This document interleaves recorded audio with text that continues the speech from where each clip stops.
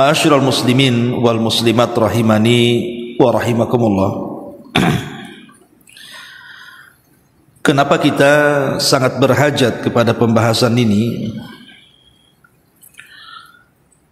Karena setiap kita pasti menginginkan Allah Subhanahu wa taala menjaga kita, melindungi kita, menolong kita, memberikan semua hajat-hajat kita, memberikan taufik dan hidayah kepada kita. Itulah keinginan kita di dunia. Dan orang-orang yang ditinggalkan Allah Subhanahu wa taala, maka kehidupan mereka akan bahaya, karena jauh daripada inayah ataupun taufik dari Allah Subhanahu wa taala. Tapi orang-orang yang Allah Subhanahu wa taala bersama mereka, maka mereka akan mendapatkan keutamaan yang besar. Sebelum saya menjelaskan siapa-siapa orang-orang yang mendapatkan keutamaan akan terus bersama Allah Subhanahu wa taala dalam hidupnya, kita akan menjelaskan tentang makna daripada kebersamaan Allah itu seperti apa.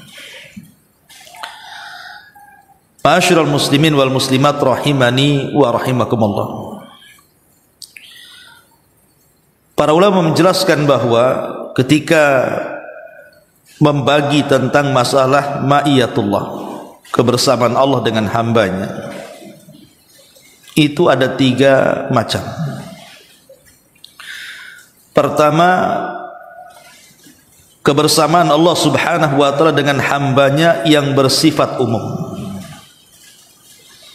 artinya mencakup semua manusia, tidak mukmin, tidak kafir. Yang kedua, kebersamaan Allah Subhanahu wa taala dengan hambanya yang bersifat khusus, dan itu hanya diberikan kepada orang-orang yang beriman, yang memiliki sifat-sifat yang nanti saya akan jelaskan. Kemudian yang ketiga, kebersamaan Allah Subhanahu wa taala dengan orang-orang tertentu, dengan manusia-manusia tertentu yang Allah Subhanahu wa taala pilih sebagai manusia pilihan. Inilah yang disepakati tentang pembagian ma'iyatullah, kebersamaan Allah dengan hambanya. Adapun kebersamaan Allah Subhanahu wa taala dengan hambanya yang bersifat mutlak, yang bersifat umum, itu sebagaimana firman Allah Subhanahu wa taala di beberapa ayat dalam Al-Quran, salah satunya surah Al-Mujadilah ayat ke-7, Allah Subhanahu wa taala mengatakan, alam tara anna allaha ya'lamu ma fis samawati wa ma fil ard ma yakunu min najwa thalathatin illa huwa rabi'uhum wala khamsatin illa huwa sadisuhum wala adna min dhalika wala akthara illa huwa ma'ahum aynama kanu thumma yunabbi'uhum bima 'amilu yaumal qiyamah innallaha bikulli syai'in alim.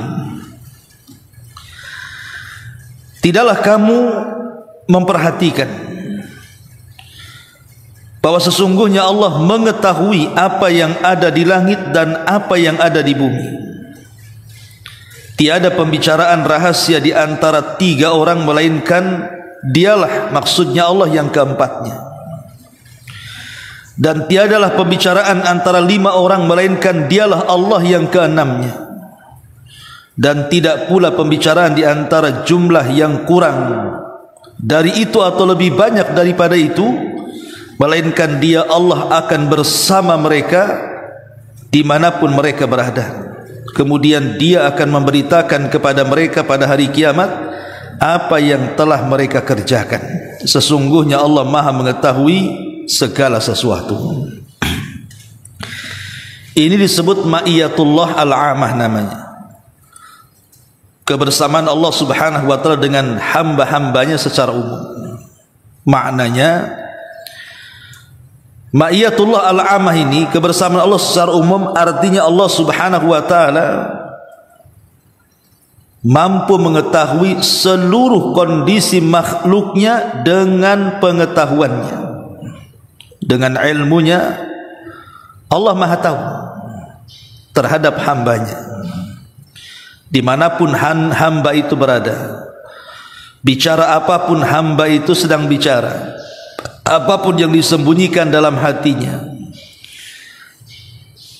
di keramaian atau di sendiriannya, Allah Subhanahu wa taala Maha tahu.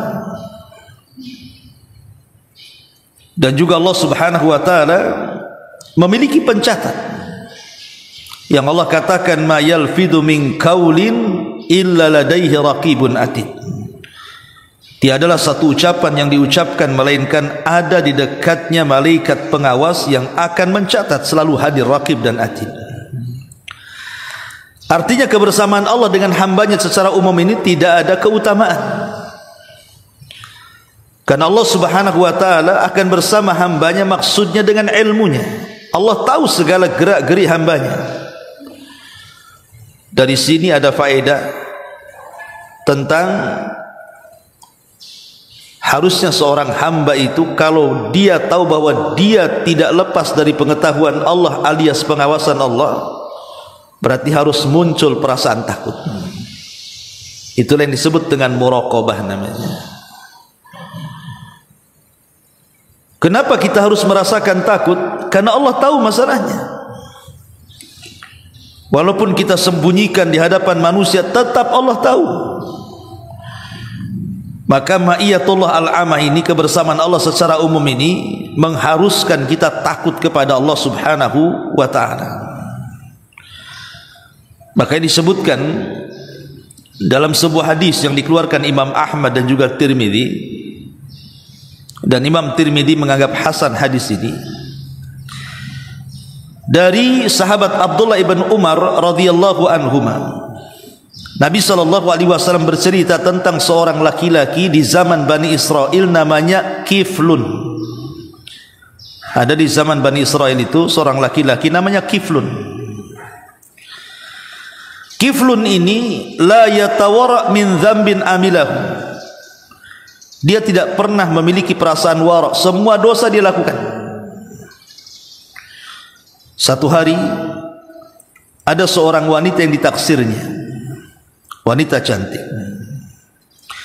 Fa'atathu imra'atun fa'a'taha 60 dinaran ala an yataha. Wanita cantik ini wanita perawan. Dia datang kepada Kiflun hendak meminjam uang, tetapi Kiflun ini mengatakan boleh.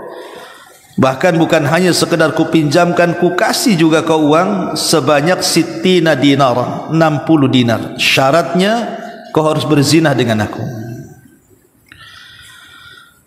Karena memang wanita ini sangat berhajat dengan uang tadi, karena mendesak sebuah kebutuhan, akhirnya dia mau. Maka kata Nabi SAW, falamma qa'ada minha maq'ada ar-rajuli min imra'atihi ir'addat wa bakat. Ketika hampir-hampir keduanya melakukan perzinahan, tiba-tiba wanita itu ketakutan dan menangis. Maka Kiflun mengatakan, ma yubkik, apa yang membuat anda menangis? Apakah engkau tidak suka? Maka wanita ini mengatakan, la, tidak, walakinnahu amalun ma amiltuhu qat. Tidak, tetapi masalahnya aku tidak pernah melakukan hal yang seperti ini. Ini baru pertama kali. Wa ma hamalani alaihi illa hajah, dan aku lakukan karena ada hajat kebutuhan, aku butuh uang masalahnya. Maka si Kiflun ini mengatakan, taf'alina anta hadza wa ma fa'alti. Dia mengatakan, engkau hendak melakukan perbuatan ini sementara engkau belum pernah melakukannya. Kata Kiflun, idhabi, kalau begitu pergilah kamu dan ambillah uang ini. Tidak terjadi berzina. Karena Kiflun ini juga merasa takut kepada Allah melihat wanita itu. Kemudian setelah kejadian ini Kiflun pun taubat.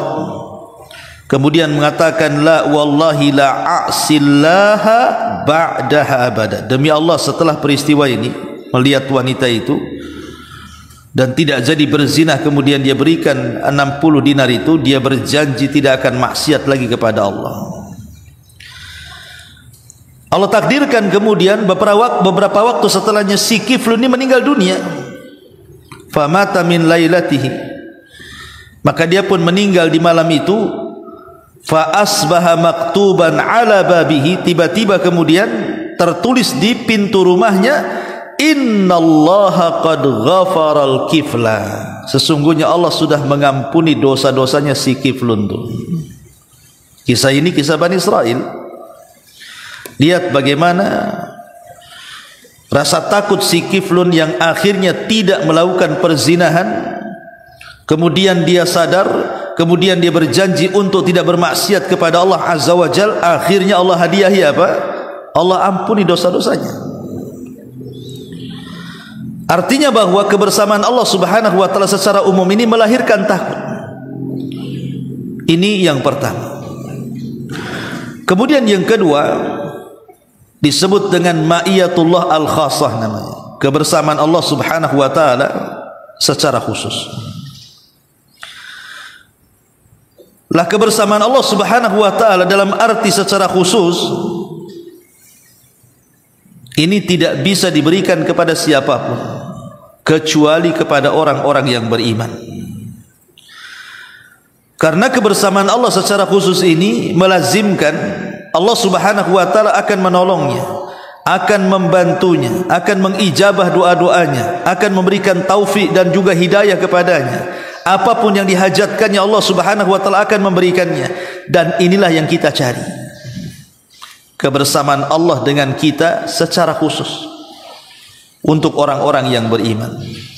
Sebab kelazimannya Allah akan jaga kita. Siapa yang tidak ingin dijaga Allah? Siapa yang tidak ingin dipelihara Allah? Siapa yang tidak ingin keinginannya diijabah Allah? Siapa yang tidak ingin diberikan taufik dan hidayah oleh Allah Azza wa Jalla? Semua orang ingin mendapatkan perlindungan, penjagaan, taufik, hidayah dan seterusnya. Ini yang kedua yang nanti kita akan bahas panjang lebar.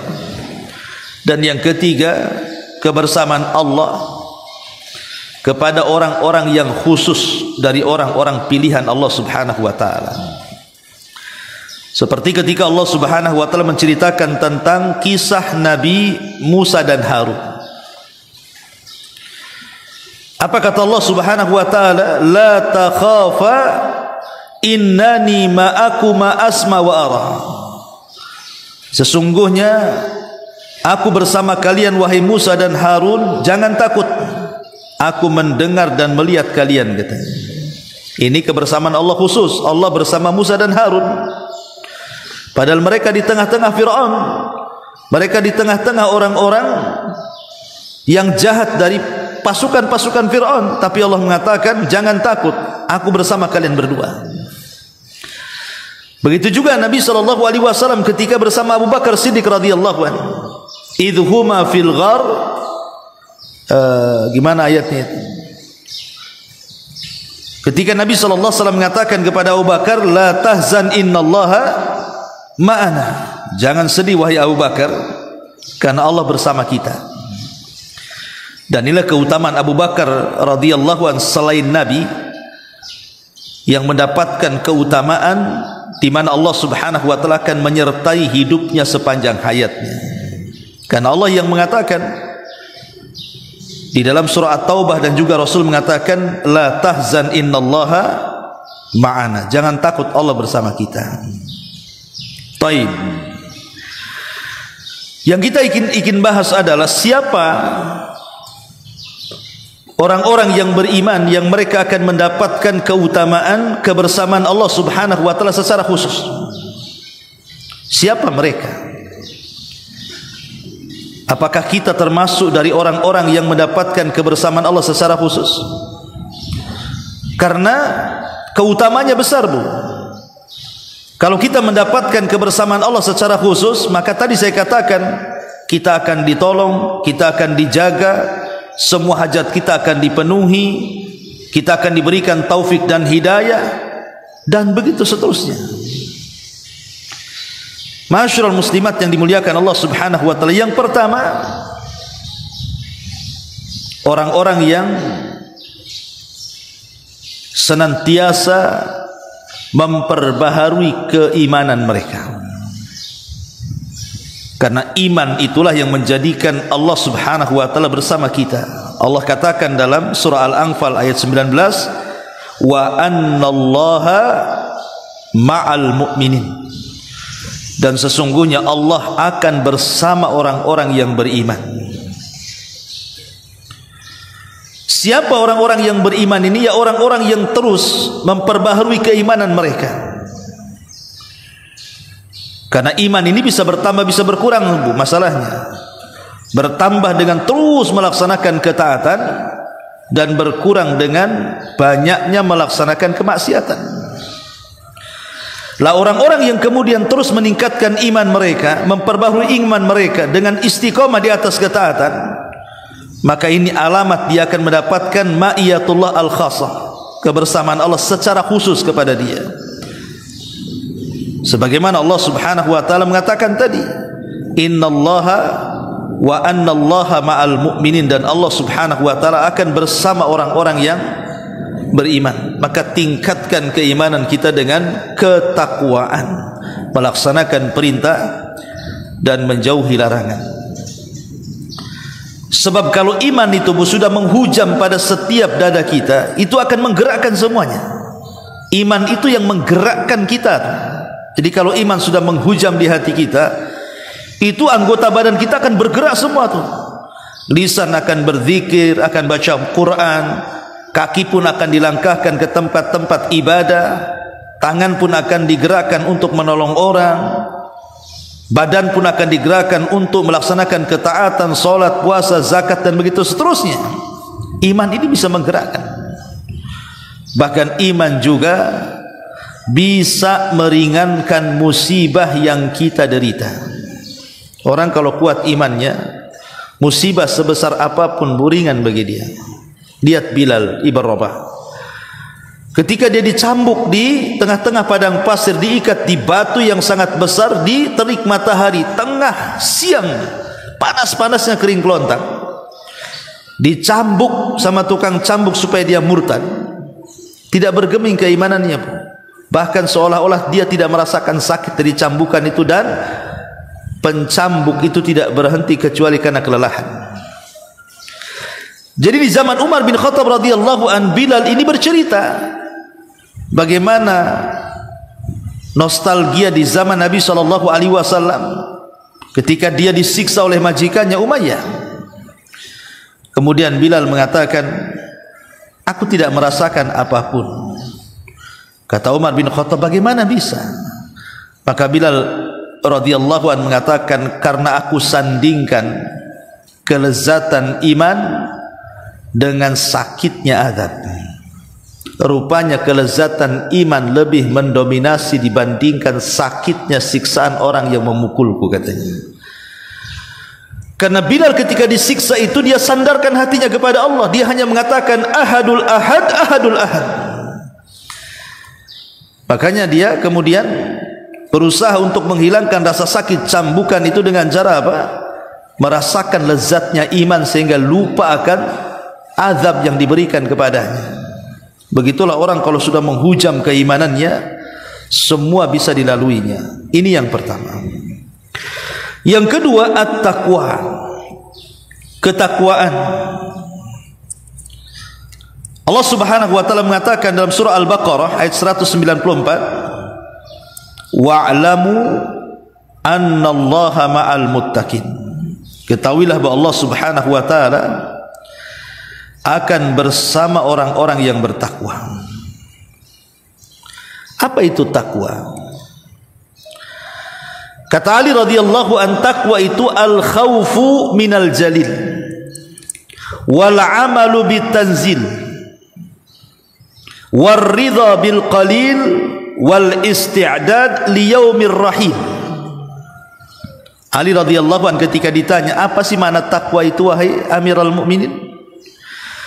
Maka Ali mengatakan, takwa itu al-khawfu minal jalil. Apa itu al-khawfu minal jalil? Menanamkan perasaan takut kepada Allah. Yang kedua, wal amalu bitanzil, mengamalkan apapun yang diturunkan Allah, baik dalam bentuk perintah kita laksanakan atau dalam bentuk larangan kita tinggalkan.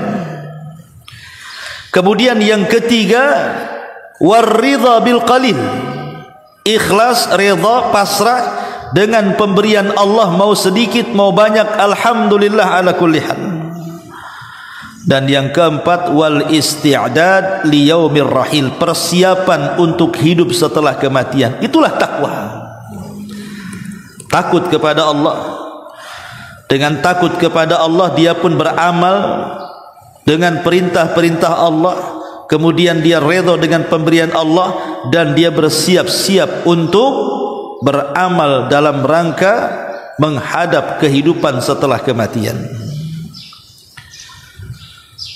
Ubay bin Ka'ab radhiyallahu anhu pernah ditanya oleh Amirul Mukminin tentang makna takwa. Maka Ubay bin Ka'ab mengatakan, bagaimana pendapatmu hai Umar, wahai Amirul Mukminin, kalau engkau berjalan di sebuah jalan, jalan itu penuh dengan beling, penuh dengan paku, jarum, lidi, macam-macam yang membahayakan kaki kita. Maka Umar mengatakan, ya tentu saya akan berjalan di jalan itu dengan hati-hati, supaya tidak terinjak paku, beling, duri dan yang semacamnya. Kata Ubay, itulah makna takwa. Berjalanlah di dunia berhati-hati. Maknanya duri-duri, beling-beling, paku-paku itulah yang diharamkan Allah. Hati-hati dari apa yang diharamkan Allah subhanahu wa ta'ala. Itulah takwa. Ya.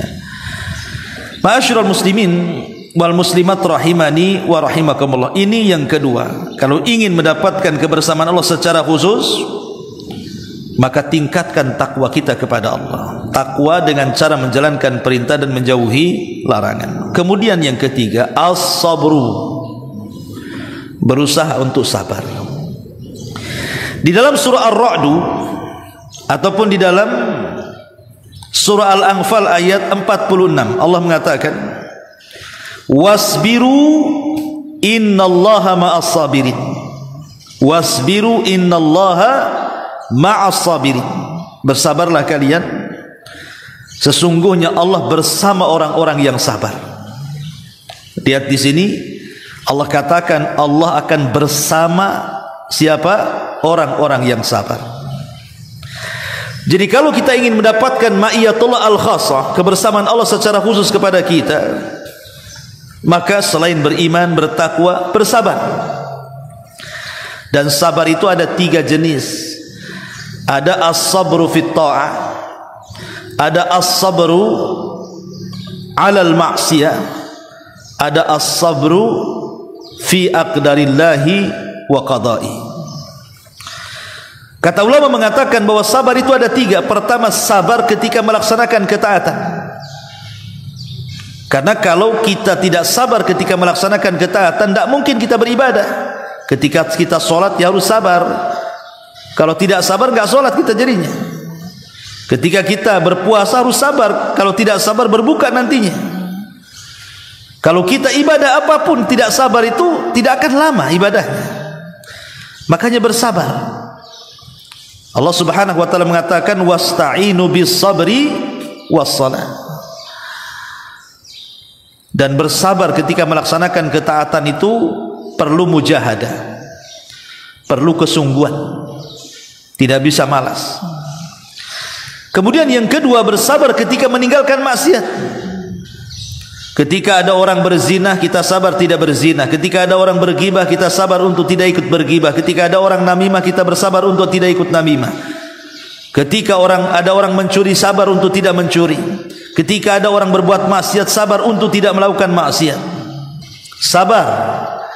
Jangan sampai kemudian bermaksiat karena melihat orang maksiat. Ini tingkatan yang kedua. Tingkatan yang ketiga, inilah yang banyak di masyarakat. Kalau istilah sabar diitlakkan sabar, biasanya yang ketiga, sabar dalam menghadapi qada dan qadar. Sabar dalam menghadapi takdir Allah Azza wa Jalla. Karena orang-orang dengan takdir Allah Azza wa Jalla, terutama dengan musibah yang Allah subhanahu wa ta'ala timpakan kepada kita itu kan macam-macam orang menghadapi musibah itu kan. Ada orang menghadapi musibah itu dia bisa sabar. Bisa sabar, bisa ikhlas, bisa redha, bisa bersyukur, maka inilah setinggi-tingginya tingkatan kesabaran dalam menghadapi musibah. Kalau dia bisa sabar, bisa ikhlas, bisa redha, dan bisa bersyukur, maka ini setinggi-tingginya kesabaran ketika menghadapi musibah. Karena ada kelompok yang kedua, dia bisa sabar, Bu. Dia bisa sabar, tapi dia belum tentu redha. Sabar tapi belum tentu redha. Jadi ketika ditimpa musibah itu memang lisannya diam-diam saja. Sabar, dia berusaha untuk sabar, tidak ngomong macam-macam.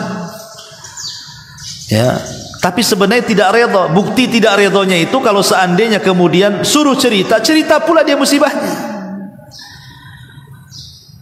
Padahal kalau seandainya dia diam saja, dia pasrahkan semua kepada Allah, innalillahi wa inna ilaihi rajiun, Allahumma jurni fi musibati, Allah berikan pahala kepada musibah yang menimpaku, tentu itulah kesabaran yang luar biasa. Tapi ada orang yang sabar tapi tidak redha, sehingga ya disenggol sedikit keluar tuh kata-katanya. Dan yang lebih parah lagi, dia tidak sabar. Dan lisannya tasakhut, tasawud itu apa? Sudah hatinya tidak rela, tidak redha, lisannya pula kemudian menolak takdir Allah Subhanahu wa taala. Mengungkit-ungkit, kenapa mesti saya seperti ini? Kenapa tidak dia saja? Kenapa anak saya yang harus seperti ini? Kenapa enggak anak orang saja? Kenapa ekonomi saya yang bangkrut? Kenapa ekonomi orang baik? Ah, itu tidak sabar kayak gitu tuh. Ya. Maka ini kalau ingin mendapatkan ma'iyatullah, kebersamaan Allah secara khusus, maka latihlah kesabaran. Karena memang sabar itu perlu dilatih. Sabar itu kalimat enteng di lisan tapi agak sulit dalam perbuatan. Ini yang ketiga, bersabar. Ya. Di zaman Nabi SAW, Rasul pernah lewat di kuburan. Ada seorang wanita menangis di kuburan sejadi-jadinya gara-gara anaknya meninggal. Jadi Nabi SAW menasihati kepada wanita ini, ya umma ittaqillah, wahai ibu, bertakwa kau kepada Allah, janganlah seperti itu. Tiba-tiba wanita ini mengatakan, ilaika anni fa innaka lam tusib mithla musibati, katanya. Pergi kamu, katanya. Kamu kan enggak merasakan musibah yang aku rasakan, makanya kau bisa ngomong begitu. Wanita ini tidak sadar kalau yang nasihati itu Nabi, karena dia enggak sempat melihat masalahnya. Ya Nabi melihat mak-mak marah, ya pergilah. Diomeli sama ibu-ibu. Nabi pergi karena diomeli. Ya.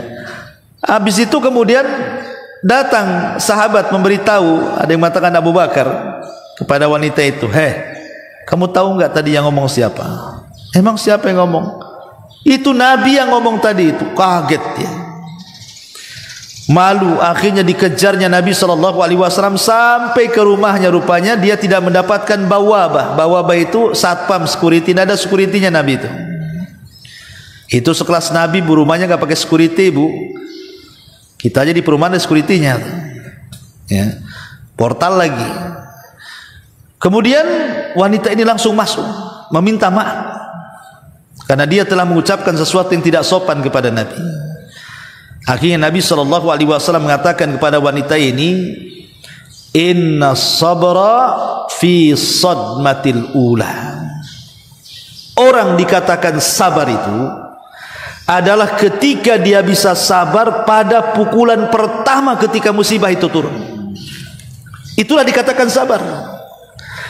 Jadi katakan sabar itu kalau seandainya nih Bu, Allah takdirkan di antara ibu-ibu kena musibah, hari itu kena musibah, hari itu ibu sabar, nah itu dikatakan sabar namanya. Tapi kalau sudah 1 bulan ibu sabar, itu bukan sabar, kadong namanya. Kena kadong macam mana lagi kan itu ya. Itu bukan sabar. Sabar itu dikatakan sabar ketika awal musibah. Ada seseorang kehilangan orang yang dicintainya, langsung dia sabar, tidak mengucapkan sesuatu kecuali dari Allah saja.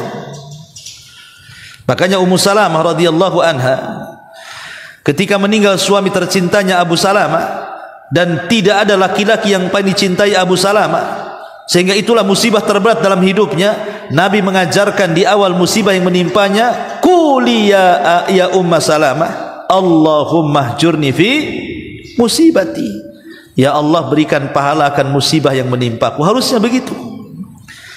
Jadi kalau awal terkena musibah, pertama istirja, kita katakan inna lillahi wa inna ilaihi rajiun. Kemudian yang kedua kita katakan Allahumma hjurni fi musibati, ya Allah berikan pahala akan musibah yang menimpaku. Nah, begitu caranya. Kemudian berusaha menenangkan hati, berusaha menenangkan hati dan berzikir lisannya kepada Allah Azza wa Jalla. Ini yang ketiga. Kalau ingin mendapatkan kebersamaan Allah secara khusus, maka tingkatkan sabar kita. Kemudian yang keempat, kalau ingin mendapatkan kebersamaan Allah secara khusus adalah al-ihsan, merasa diawasi Allah. Allah Subhanahu wa taala berfirman dalam surah An-Nahl ayat 128, innallaha ma'al ladzina taqaw wal ladzina hum muhsinun. Sesungguhnya Allah Subhanahu wa taala akan bersama orang-orang yang bertakwa, dan Allah juga akan bersama orang-orang yang ihsan. Nabi SAW pernah ditanya oleh malaikat Jibril, ya Muhammad, akhbirni anil ihsan, ceritakan kepadaku apa itu ihsan, kata Jibril. Maka Nabi SAW menjawab, al-ihsan an ta'budallaha ka'annaka tarah fa illam takun tarahu fa innahu yarah. Ihsan itu, kata Rasul, engkau beribadah kepada Allah seolah-olah engkau melihat Allah. Kalaupun tidak, maka yakini Allah melihat kamu. Ihsan itu seolah-olah engkau beribadah kepada Allah dan engkau melihat Allah. Kalaupun tidak bisa merasakan seperti itu, yakini Allah pasti melihat kita. Dalam kehidupan dunia saja kan Bu, jangan cerita ibadah lah, cerita dunia. Umpamanya ibu ini punya usaha kue atau apa gitu kan. Kemudian ibu ambil karyawan untuk bekerja membuat kue yang ibu buat itu. Ibu tongkrongi itu karyawan itu Bu. Kira-kira tidur nggak tuh karyawan? Kalau ditongkrongi sama ibu? Enggak lah. Pasti karyawan itu akan kerja terus kan, karena ditongkrongi orang yang punya usahanya kan.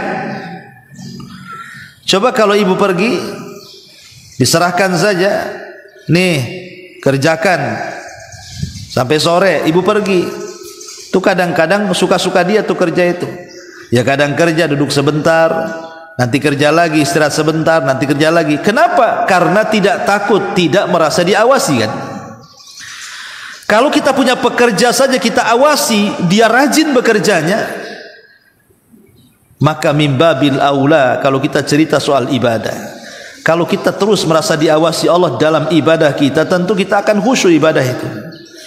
Akan terus diperbaiki kan, karena ada yang mengawasi kita. Cuman kadang-kadang karena kita ini lebih menghargai manusia dibandingkan Allah, kalau yang ngawasi manusia rajin, kalau yang ngawasi Allah pula tak rajin, itu masalahnya. Karena ketidakada ihsanannya itu. Coba kalau diawasi manusia, rajin, tukang-tukang bangunan tuh kalau sudah ada kepala tukangnya rajin dia. Kalau tukangnya sudah nggak ada, duduk rokok suka-suka dialah kan itu ya. Itu masalahnya kan, sama manusia kok bisa takut dia. Dia bisa rajin dalam bekerja tuh. Giliran dia sholat, suka-suka dia sholatnya. Cepat-cepat dia sholat itu, wala yadhkurunallaha illa qalila, tidak berzikir kecuali sedikit. Kalau bisa suratnya pendek dipercepat, kilat khusus, ya. Atau bahkan sama sekali nggak sholat, karena naudzubillah. Itulah pentingnya ihsan ini, supaya ibadah kita ini terus lebih baik lagi karena merasa diawasi oleh Allah Subhanahu wa taala. Ada juga yang memaknai ihsan itu artinya berbuat baik. Jadi ihsan itu orang yang senantiasa berbuat baik, bukan hanya kepada dirinya sendiri tetapi kepada orang lain. Makanya Nabi SAW mengatakan, ahabbun nas ilallah anfa'uhum linnas. Manusia yang paling dicintai di sisi Allah adalah manusia yang suka memberikan manfaat kepada manusia yang lainnya. Dan Nabi SAW mengatakan dalam sebuah hadis, wallahu fi aunil abdi ma kana al abdu fi auni akhi, dan Allah akan terus menolong hambanya selama hamba itu menolong saudaranya. Jadi dikatakan ihsan juga adalah orang yang ringan tangan, suka nolong orang. Kalau ada orang susah, datang dihibur hatinya. Terkadang dibantu mungkin oleh dia makanannya, minumannya, tenaganya, waktunya, dan begitu seterusnya. Itu juga disebut ihsan, ya. Ini yang keempat. Yang kelima, sebab mendapatkan ma'iyah Allah secara khusus adalah iltizam bi faraidillahi azza wa jalla wa taqarrub ilaihi bi nawafilihi. Tidak meninggalkan yang wajib kemudian menambah dengan ibadah-ibadah sunnah.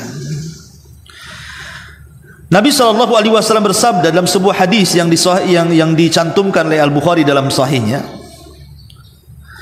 wa ma taqarraba ilayya 'abdi bi syai'in ahabba ilayya mimma aftaradtu alaihi wa ma yazalu 'abdi yataqarrabu ilayya bin nawafil hatta uhibbahu fa idza ahbabtuhu kuntu sam'ahu alladhi yasma'u bi wa basarahu alladhi yubsiru bi wa yadahu allati yabtishu bi biha wa rijlahu allati yamshi biha wa in sa'alani la u'tiyannahu wa la in ista'adzani la u'idhanna. Allah berfirman dalam hadis kursi, tidaklah seorang hamba mendekatkan diri dengan sesuatu yang aku wajibkan kepadaku kecuali aku akan mencintainya. Dan ketika hamba itu terus mendekatkan diri kepadaku dengan yang sunnah-sunnah, maka aku akan tambah kecintaanku kepadanya. Aku akan menjadi pendengaran yang ia mendengar dengannya. Aku menjadi penglihatan yang ia melihat dengannya. Aku akan jadi tangan yang ia bergerak dengannya. Aku akan jadi kaki yang ia bergerak dengannya. Dan kalau dia meminta, aku akan beri. Dan kalau dia berlindung kepadaku, pasti kulindungi dia. Jadi orang-orang yang senantiasa berkecimpung melaksanakan yang wajib dan juga menambah dengan yang sunnah adalah sebab terbesar kita mendapatkan ma'iyatullah al-khassas, kebersamaan Allah secara khusus kepada kita. Dan sebagai balasannya adalah wa in sa'alani la u'tiyannahu wa la ista'adzani la u'idhannahu. Kalau dia meminta, pasti ku kasih pemberiannya. Kalau dia meminta perlindungan, pasti ku lindungi dia. Subhanallah. Ya. Ini yang kelima. Dan yang terakhir, karena hujan juga ini udah mulai gelap, adalah memperbanyak zikir.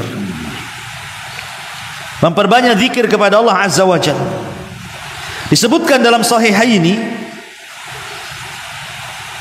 di mana Allah Subhanahu wa taala berfirman dalam hadis kursi, ana inda dhanni abdi bi wa ana ma'ahu hina yadhkuruni fa in dzakarani fi nafsihi dzakartuhu fi nafsi wa in dzakarani fi mala'in dzakartuhu fi mala'in khairi minhu. Saya akan bersama prasangka hambaku, kata Allah, dan saya akan bersamanya ketika dia terus berzikir kepadaku. Kalau dia berzikir kepadaku dalam kesendiriannya, maka aku akan sebut dalam diriku. Tapi kalau dia berzikir di tengah-tengah halayak orang ramai, aku pun akan memuja-muji dia di hadapan makhluk di langit sana yang jauh lebih baik dibandingkan zikirnya kepadaku. Lihat. Jadi kalau ibu ini zikir di keramaian, pamannya ibu lagi lagi duduk-duduk sama orang, atau lagi jalan, atau lagi duduk di halte bus, atau lagi dalam bus, atau dalam kereta, dalam pesawat, atau di pasar, pokoknya di tengah-tengah keramaian lah. Lisan ibu itu masih juga mengucapkan subhanallah, alhamdulillah, wa la ilaha illallah, Allahu akbar, pokoknya berzikir lisannya. Maka Allah janji, kalau hambaku menyebut-nyebut aku di tengah keramaian, ketika orang ramai, orang diam, kita berzikir, apa kata Allah? Dzakartuhu fi mala'in khairi minhu, maka aku akan menyebut dia di tengah-tengah keramaian para malaikat. Dipujinya kita di langit, di hadapan para malaikat, si fulan sedang berzikir kepada aku. Subhanallah. Itulah kebersamaan Allah Subhanahu wa taala secara khusus kepada kita. Dan kalau Allah sudah bersama kita secara khusus, maka Allah akan menjaga kita, Allah akan menolong kita, Allah akan melindungi kita, Allah akan memberikan taufik kepada kita, Allah akan memberikan hidayah, dan juga Allah Subhanahu wa taala akan memberikan apapun yang kita minta, dan Allah akan memberikan perlindungan apapun yang kita berlindung dari segala sesuatu kepada Allah Subhanahu wa taala. Jadi faedahnya banyak ma'iyatullah secara khusus ini kalau kita mau melakukan 6 perkara ini. Tingkatkan iman, tingkatkan takwa, tingkatkan sabar, tingkatkan ihsan, kemudian tingkatkan amalan wajib dan sunnah, dan terus meningkatkan zikrullah, berzikir kita kepada Allah Subhanahu wa taala. Wallahu a'lam bishawab. Ini di antara 6 sifat yang mengantarkan kita kepada ma'iyatullahi azza wa jalla.